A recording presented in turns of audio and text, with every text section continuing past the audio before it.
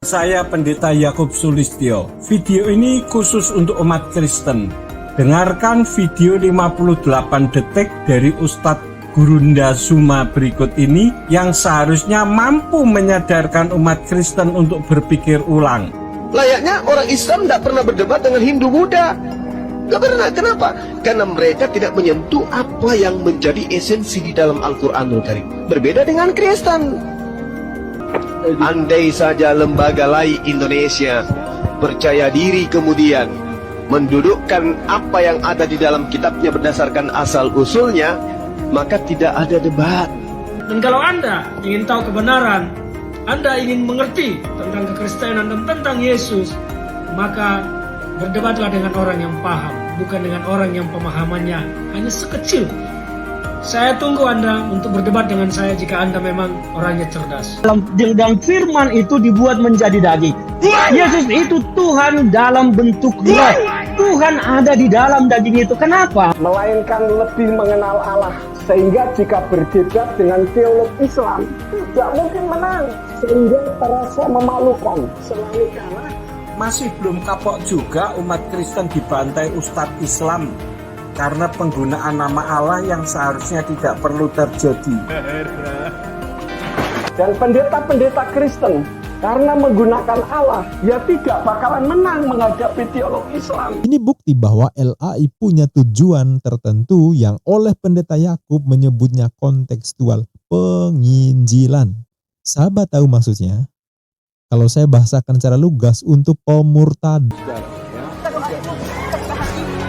Ya ampun Bu, jangan begitu dong Bu, saya dengar Bu. Kenapa? Ibu tahu Ibu, dia pakai kerudung disuruh percaya dengan Yesus.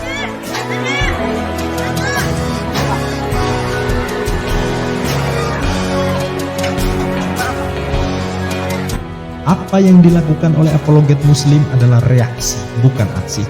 Karena yang memulai adalah mereka. Selama mereka usil terhadap agama kita, maka selama itu pula kita pejuang dakwah khususnya di dunia maya yang terus berada di garda terdepan melawan anasir-anasir penyesapan dan pemurtadan yang gentayangan di sekitar kita. Ini moto Fakta Islam TV. Assalamualaikum warahmatullahi wabarakatuh. Bismillahirrahmanirrahim. Alhamdulillahirabbil alamin.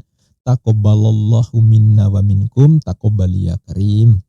Kali ini saya tampilkan video yang super seru bagaimana Pendeta Yakub Sulistyo, pendeta menampol para oten yang usil terhadap Islam, termasuk terhadap Ferdinand Hutahian tentunya ya, yang kemarin melewati debat debut perdana versus Bang Zuma.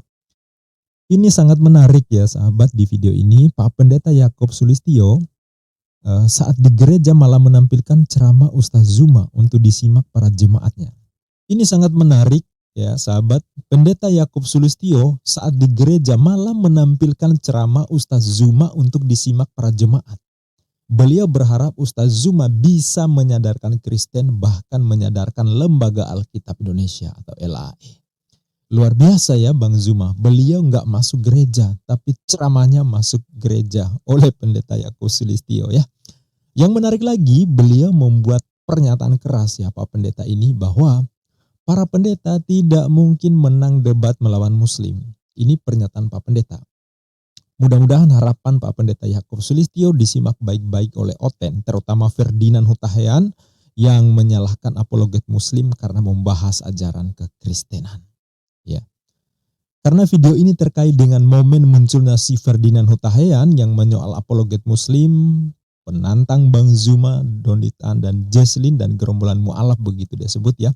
Maka saya awali dari menampilkan tantangan Ferdinand Hutahian, bagaimana sekilas wawasan Ferdinand ketika mempresentasikan bahwa Tuhan ada dalam daging.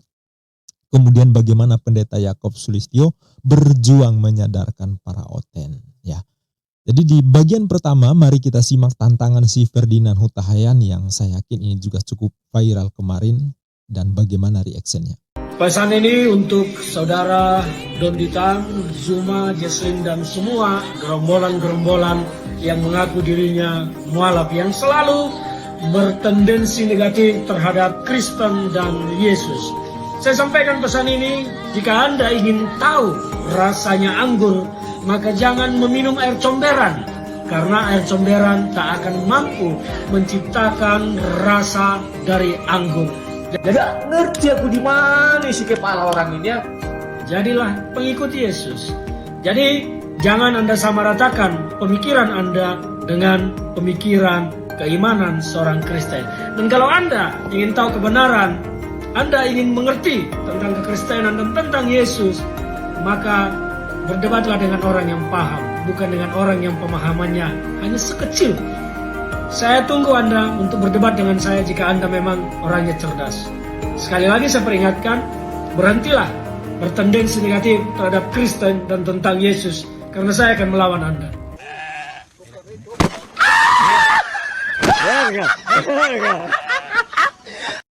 Wah, luar biasa ya, dia begitu percaya diri menantang ya, tapi sepertinya dia tidak tahu apa yang sedang terjadi. Beliau politikus Demokrat yang loncat ke PDIP namun tetap jadi caleg gagal ya. Tapi walaupun dia gagal, dia juga sukses di bidang lain. Dia sangat berhasil melenggang ke Hotel Pordeo selama sekitar 5 bulan kalau nggak salah ya. Gegara cuitan di medsos yang kemudian menggegerkan publik ya. Sekarang dia menantang debat, katanya sih dia sangat paham kekristenan dan dia meminta apologet muslim untuk tidak membahas persoalan Kristen. Dia mungkin berpikir ngapain coba muslim membahas kekristenan, toh masing-masing agama juga punya ajaran dan doktrin yang masing-masing ya, kenapa harus ikut campur, mungkin itu yang dipikirkan ya. Mari kita simak presentasi Ferdinand saat berdebat dengan Bang Zuma. Kalimat yang sangat banyak diulang adalah Tuhan ada dalam daging. Makanya saya cuplik secara spesial bagian tersebut karena sepertinya itulah penekanan Ferdinand dalam menjelaskan konsep ketuhanan Yesus.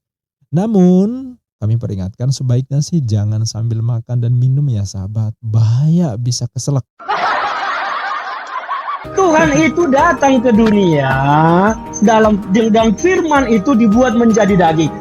Yesus itu Tuhan dalam bentuk roh. Tuhan ada di dalam daging itu. Kenapa? Yesus itu Tuhan dalam bentuk roh. Fisiknya Yesus itu adalah daging. Tuhan itu dikenali dalam daging. Tuhan itu ada di dalam daging.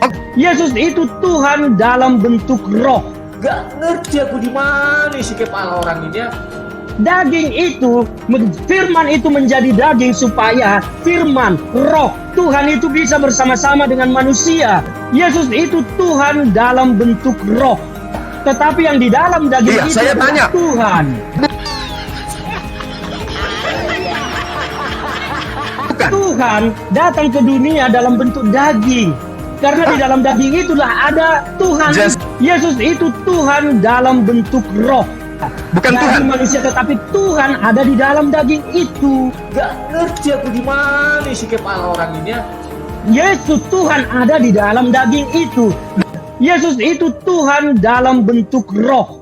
Tuhan ada di dalam daging itu. Daging itu adalah manusia. Tetapi Tuhan ada di dalam daging itu, maka konsepnya daging dengan Tuhan itu tidak bisa dipisahkan, Anda cacah-cacah. Yesus itu Tuhan dalam bentuk roh.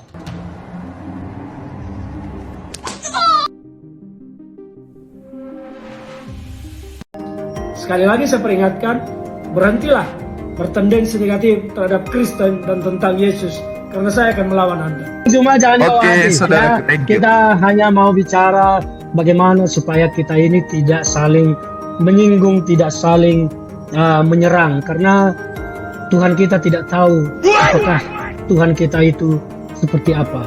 Gak ngerti aku di mana si kepala orang ini ya. Saya hanya berpesan bahwa Indonesia ini akan indah kalau kita hidup dengan iman kita masing-masing. Itu saja. Oke Bang Zuma. Oke, thank you. Salam, nanti kapan-kapan kalau ke Jakarta berkabar, kita ngopi-ngopi makan enak, yang pasti tidak makan haram. Walaupun dia udah sepuh tapi mungkin dia anak baru ya di dunia perdebatan lintas keyakinan. Sehingga dia nggak tahu apa sih yang melatar belakangi perdebatan ini. Jadi ini bukan lagi terbatas soal Ferdinand Hutahian sahabat. Tapi jadi atensi untuk seluruh oten. Video ini sekaligus menjawab pertanyaan. Kenapa kami jadi kristolog?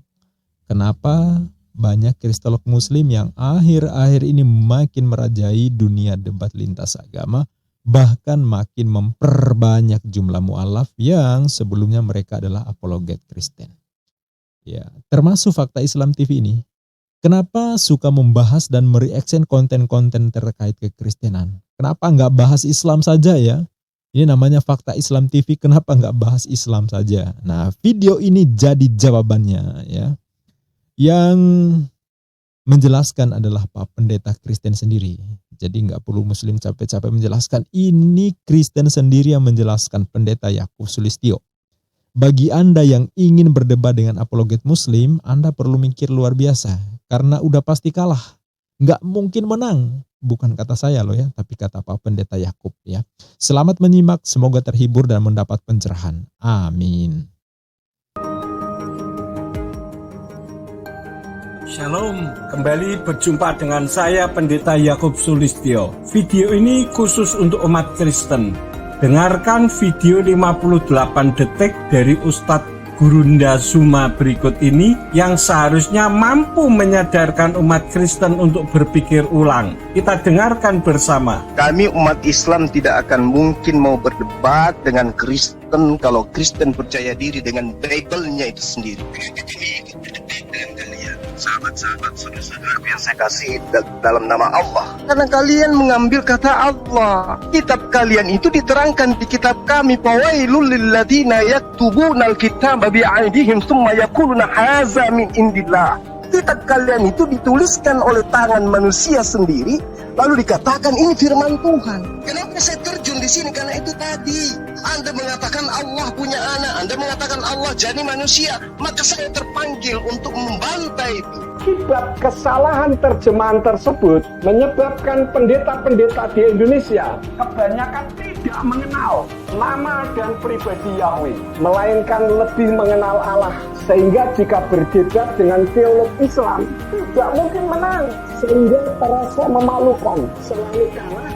Masih belum kapok juga umat Kristen dibantai Ustadz Islam karena penggunaan nama Allah yang seharusnya tidak perlu terjadi.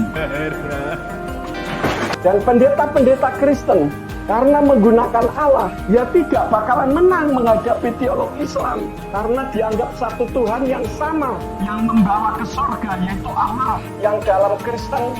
Percaya dirinya umat Kristen menggunakan nama Allah itu memang tidak punya dasar teologi sama sekali. Dan pada saat ini ketika saya menyampaikan firman, saya bertumpu kepada satu video. Kita akan dengar ada seorang ustadz namanya Ustadz Zuma. Beliau menyampaikan video. Silahkan saudara nanti dengar videonya dan dengarkan juga suara background di belakang. Silakan. Layaknya orang Islam tidak pernah berdebat dengan Hindu Buddha. Gak pernah. Kenapa? Karena mereka tidak menyentuh apa yang menjadi esensi di dalam Al-Quranul Karim. Berbeda dengan Kristen. Prinsip-prinsip akidah, tauhid yang menjadi landasan Islam itu semuanya diambil dan didudukkan pada perkara yang tidak seharusnya. Nah, inilah yang menyebabkan dialog itu terjadi. Andai saja lembaga lain Indonesia percaya diri kemudian mendudukkan apa yang ada di dalam kitabnya berdasarkan asal-usulnya, maka tidak ada debat. Tetapi saudara Kristen tidak pernah sadar itu, betapa mereka menghinakan saudaranya sendiri. Apa susahnya menggunakan kata Theos? Apa susahnya menggunakan kata Tuhan? Apa susahnya menggunakan kata Yahweh? Kenapa harus Allah? Nah, coba Anda lihat bagaimana kitab saudara. Kesana kemari tanpa arah, kelimpungan mencari jati diri yang sebenarnya. Ini wujud tidak ada kecintaan terhadap kitab itu. Al-Quran mau dibawa kemanapun, mau sampai ke negara yang paling benci terhadap Islam sekalipun, Al-Quran tetap menggunakan bahasa aslinya. Kenapa? Karena inilah yang dikatakan oleh Allah, kami yang mewahyukan, kami juga yang akan menjalani. Poin ini saja, tidak ada kekuatan di atas muka bumi yang bisa membantahmu. Itu esensi loh, itu esensi. Bagaimana saudara-saudara? Saudara dengar suara yang ada di belakangnya? Itu kira-kira suaranya siapa saudara-saudara? Halo? Itu suaranya orang-orang Kristen yang tidak terima dengan perkataan dari Ustadz Zuma ya. Mungkin ada sahabatku, saudaraku muslim yang bertanya-tanya, kenapa LAI ngotot seenaknya menggunakan kata Allah yang notabene nama ilah diimani muslim yaitu Allah, bahkan kata Allah itu sendiri hanya ada di terjemahan LAI. Di Malaysia juga menggunakan, cuman dipersoalkan bahkan berperkara sampai pengadilan. Mana ada terjemahan Bible di negara lain menggunakan kata Allah untuk padanan sembahan atau ilah. Ya, jadi ini persoalan. Ini bukti bahwa LAI punya tujuan tertentu yang oleh pendeta Yakub menyebutnya kontekstual penginjilan. Saya ulangi, untuk tujuan penginjilan. Sahabat tahu maksudnya? Kalau saya bahasakan secara lugas, untuk pemurtadan. Ya, karena di negeri ini mayoritas muslim, yang jadi sasaran penginjilan siapa? Ya muslim lah. Kalau bukan menyasar penginjilan muslim, nggak mungkin LAI genit mencaplok istilah yang ada di Islam. Itu loh. Dengan menggunakan kata Allah untuk padanan kata sembahan atau Tuhan dan istilah-istilah lain yang hanya ada di kitab muslim masuk terjemahan Bible lalu diubah mananya sesuka-sukanya LAI, ini menunjukkan bahwa modus LAI adalah target pemurtadan. Ada pula yang berdalih, oh kata Allah udah dipakai orang Kristen sebelum Islam. Ini makin kocak menurut saya. Kenapa? Karena terjemahan Bible yang ada ini versi bahasa Indonesia bukan bahasa Arab. Gitu loh. Sesimpel itu sebenarnya. Jadi nggak bisa dipakai alasan bahwa karena Kristen Arab sudah menggunakan kata itu sejak lama. Ya, ini bahasa Indonesia, bukan bahasa Arab. Kenapa berkiblat pada Kristen Arab tong? Ya, jadi makin aneh aja ya. Coba kita dengarkan apa yang dipaparkan oleh pendeta Yakub Sulistyo terkait apa sih misi LAI menggunakan kata Allah dalam terjemahan Bible. Umat Kristen itu, tadi Ustadz Zuma katakan pede atau percaya diri dengan kitabnya. Kalau menurut saya ini bukan kasus percaya diri atau tidak percaya diri, tetapi adalah karena berdasarkan untuk penginjilan, ya, kontekstual. Ada orang mengatakan begini, Pak Yakub menyalahkan kontekstual, tidak? Saya katakan tidak, tetapi itu 20 tahun ke belakang sono. Kalau sekarang sudah tidak bisa kontekstual lagi. Buktinya apa? Buktinya orang Kristen kalau berdebat dengan umat Muslim tidak ada yang menang. Menangnya menang dipaksakan. Apalagi para murtadin, ya. Memangnya kalau tidak menggunakan kata Allah, kenapa? Apakah berarti tidak ada Tuhan di dalam kekristenan? Di dalam kitab berbahasa Ibrani tidak ada nama Allah di sana, ya. Jadi kontekstual saya setuju, tapi 20 tahun ke belakang sono. Sekarang orang sudah pinter, makanya banyak pertanyaan-pertanyaan yang ditujukan kepada umat Kristen dan umat Kristennya tidak mau belajar. Pendeta itu dari bahasa Sanskerta yang artinya orang yang pandai, tetapi realitasnya menjadi orang yang paling bodoh, diajari tidak mau. Kenapa? Karena merasa pinter, mengatakan bahwa kitab suci terjemahannya Yayasan Lembaga Alkitab Indonesia itu sudah paling benar. Bahkan ada pendeta di Semarang yang mengatakan bahwa saya pedomannya cukup dengan LAI, tapi ajarannya ngawur bondrol tidak karuan, saudara, ya, tidak bisa berteologia dengan baik. Kalau menurut saya ini memalukan sekali.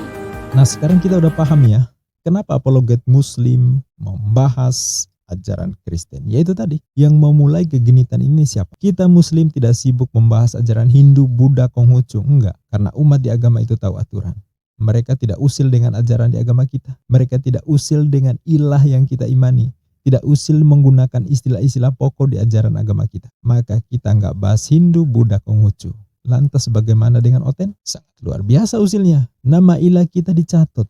Di kitab terjemahan LAI tertulis ada kata Allah, ada kata Allah, ada kata para Allah, Allahku, Allahmu, Allah kita, Allahnya, ya, Allah asing, anak Allah, putra Allah, mengangkat Musa sebagai Allah bagi Firaun. Bagi kita Muslim ini sangat melecehkan, ya kan? Nama Rob kita, nama yang agung, nama yang kita sertakan di setiap amal baik kita, dibonsai jadi sama dengan sebutan ilah, sembahan. Tersinggung gak kita? Ya. Maka apa yang dilakukan oleh apologet muslim adalah reaksi bukan aksi. Karena yang memulai adalah Oten. Selama gak berhenti usil terhadap agama kita, maka selama itu pula kita pejuang dakwah khususnya di dunia maya akan terus berada di garda terdepan melawan anasir-anasir penyesatan dan pemurtadan yang gentayangan di sekitar kita.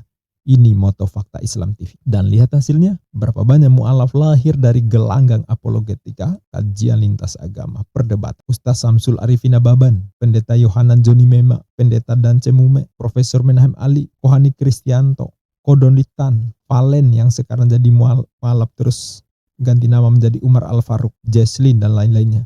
Kan dulunya militan Kristen. Sekarang mu'alaf. Pertanyaannya, ada nggak apologet muslim yang murtad? Nggak ada. Apologet muslim tetap muslim, kokoh dalam akidahnya. Sementara apologet Oten mulai sadar akhirnya. Mualaf, makanya mereka yang menabur angin, mereka pula yang menuai badai. Semoga si Ferdinand Hutahian menyimak video ini agar paham bahwa ternyata yang jadi persoalan bukan muslim, tetapi pihak dia sendiri. Dan kita doakan semoga Pak Pendeta Yakob Sulistyo yang penjelasannya sangat-sangat mencerahkan bisa membantu menyadarkan Oten, khususnya lagi LAI, untuk tidak usil terhadap ilah yang diimani oleh muslim. Jika itu mau dilakukan, tentu ini sebuah upaya yang luar biasa dan memang harusnya seperti itu supaya tidak menimbulkan kerancuan, kericuhan, kekisruhan dalam beragama. Kita harapkan sesuai dengan koridor di agamanya masing-masing, tidak mencampur adukan seperti yang dilakukan oleh pihak Oten. Itu saja sahabat, semoga apa yang diulas di video ini memberikan informasi dan pencerahan sekaligus hiburan ya. Sampai jumpa di video berikutnya. Billahi taufik wal hidayah. Wassalamualaikum warahmatullahi wabarakatuh.